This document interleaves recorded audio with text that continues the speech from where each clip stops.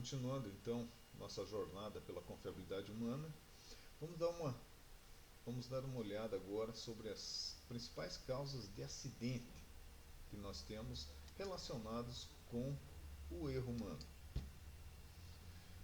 Essa imagem é daquela plataforma do Golfo do México, da BP, que foi causada por uma sequência de falhas humanas, principalmente na questão de você pular etapas do processo, que você vai passar, fazer algumas violações, algumas transgressões intencionais, visando o lucro somente e deixando as questões de segurança em segunda mão. Mas numa análise mais direta, nós temos que o conhecimento representa 35% dos erros, dos acidentes. A falta desse conhecimento. Depois são procedimentos que são escritos de maneira inadequada, ou se são escritos não são seguidos. E problemas pessoais, direto da ação da pessoa no posto errado, com características, o cognitivo dele, todas as ações pertinentes ao comportamento pessoal em relação da função que ele desempenha. Estressamento, alguma coisa nesse métier. E questões de projeto, que representam 30% dos acidentes causados por falha humana, são projetos elaborados de maneira ruim, equivocados. Se pegarmos as principais situações que levam à falha humana, apresentadas pela API 770, nós temos lá a falta de conhecimento. Por exemplo, conhecimento e treinamento insuficiente, retorno de informações inexistentes, os procedimentos e técnicas incorretos. Então, procedimentos incorretos levam a esse tipo de erro, com procedimentos operacionais de manutenção, sinalização, que nós já vimos, a gestão visual, instrumentação medindo errado, equipamentos desativados ou inoperantes, falhas ocultas existentes no processo, tarefas mentais em excesso, então leva a fadiga, muitas coisas não são escritas, mas são cobradas, disposições inadequadas dos equipamentos, ferramentas, manuais, instrumentos de medição inadequado para a atividade, a falta da organização e limpeza e os controles em excesso. Então, muito controle confunde aquilo que a gente havia falado dos supervisórios carregados de imagens, luzes piscando, onde tudo é importante, logo nada é importante. Essa sobrecarga de importância em todos os setores, todas as ações, todos os equipamentos, mais atrapalham do que ajudam. Então, tem que ter uma simplificação, uma simplicidade no sistema para realmente indicar aquilo que é crítico. E as outras ações, com certeza, mas não pode se poluir demais isso. Esta ocorrência de falhas pode ser por causas pessoais, que são dolos, devido à vigilância por longo período de tempo, as violações que a gente havia comunicado, a comunicação entre pessoas de maneira ineficaz, de maneira deficiente. Uma das causas de acidentes é a comunicação, a gente já conversou um pouco sobre isso. E as causas indiretas são as prioridades conflitantes. O que realmente é prioridade? É produção ou segurança? E os conflitos entre políticas da empresa e as realidades práticas. A política da empresa quer levar para um lado, mas a realidade prática é outra, não está condizente. Então precisa dessa estratificação. Nós vamos ver agora como medir essa confiabilidade humana. Nos slides eu vou deixar alguns exemplos que são apresentados por Palerose aqui, de acidentes com danos ambientais, acidentes ferroviários e tudo mais descrito nos slides. Caso algum dos senhores queira uma melhor explanação sobre algum assunto ou uma discussão, daí a gente conversa sem problema nenhum. Agora, como medir essa confiabilidade humana? Então, para medir a confiabilidade humana, eu posso agir de duas maneiras. Ou pegar métodos de predição, ou seja, eu estou olhando para frente, no para-brisa do carro, ver o que pode acontecer de errado no futuro. E eu vou me prever em relação a isso. Ou fazer um método de avaliação, que é olhar no retrovisor, ver o que deu errado e traçar ações para que aquele erro não se repita mais. Então são as duas maneiras. Então, quais são as estruturas básicas que a gente trabalha? Para a predição, existem alguns métodos mais simples, tipo o Teseu, HART, e os complexos, que é o TERP, a CEP, MPPS, entre outros. Quando vamos trabalhar no método de avaliação, é muito similar ao que nós fazemos para equipamentos. Então eu tenho aquelas distribuições conhecidas, onde várias falhas foram apontadas. Então posso usar exponencial, variable e as outras distribuições que eu tenho.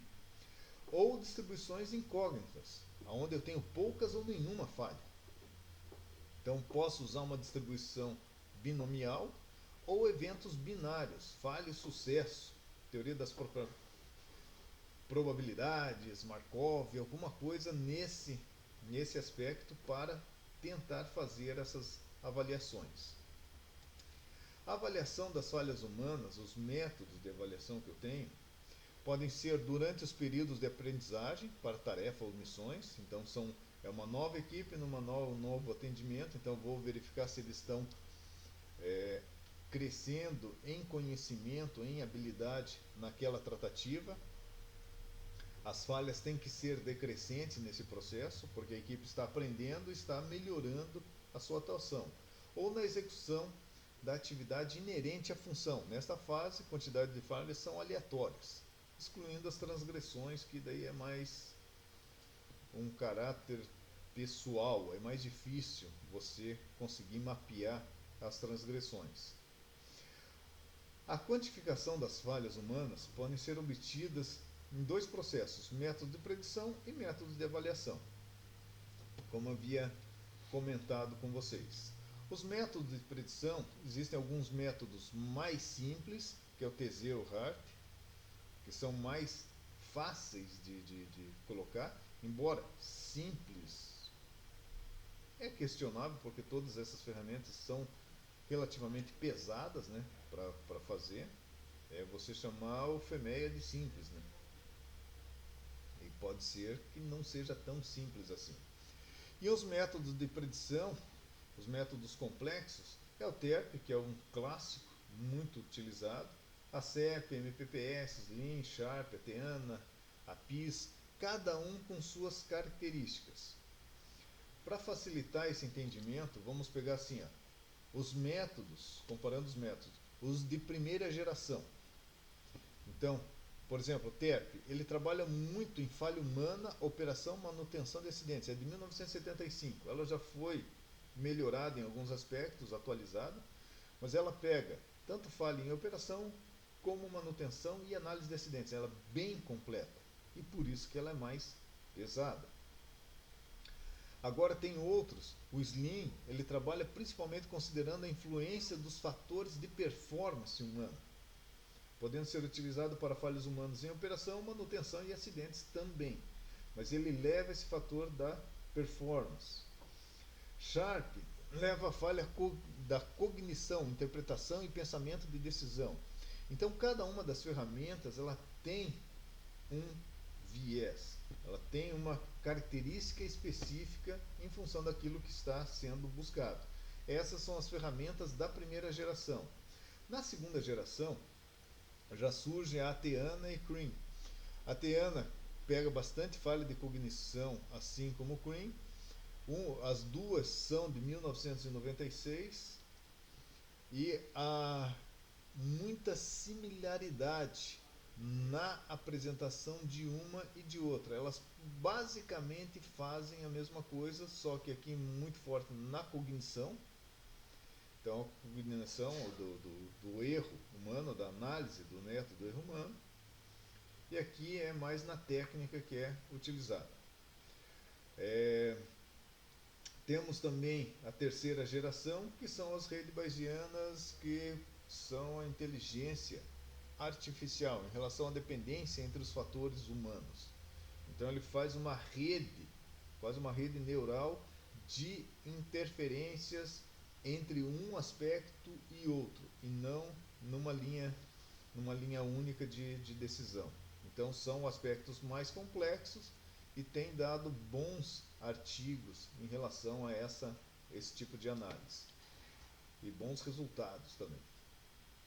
Existem outros estudos qualitativos que são utilizados bastante. Quem trabalha com análise e gerenciamento de risco, que são o RASOP e o próprio FEMEA, que pode ser utilizado também para essa análise. E se você pegar o RASOP e o FEMEA, eles são parecidos, só muda algumas colunas no que você está investigando, o que você está perguntando sobre ele, mas o processo é muito similar entre as duas. E os métodos quantitativos, que são as distribuições que vocês já estão acostumados de ver no curso mesmo, frequência de probabilidade, densidade de probabilidade, você usa as mesmas ferramentas, né? Só que o objeto de estudo agora é o erro humano. Os métodos quantitativos ainda, eles podem ser para determinar a confiabilidade em eventos binários. Podemos monitorar o crescimento e monitoramento da aprendizagem, isso é importante. Os tipos de dados para análise de confiabilidade humana com dados agrupados, não agrupados, falha, sucesso, depende do que está sendo avaliado. Crescimento e monitorado da confiabilidade, através de Duane, Gompers, Lloyd-Lipple, todas essas estruturas também podem ser utilizadas na confiabilidade humana. Ok? Próximos vídeos a gente vai ver a questão de design de tarefa, um pouquinho mais sobre a API 770. Até lá!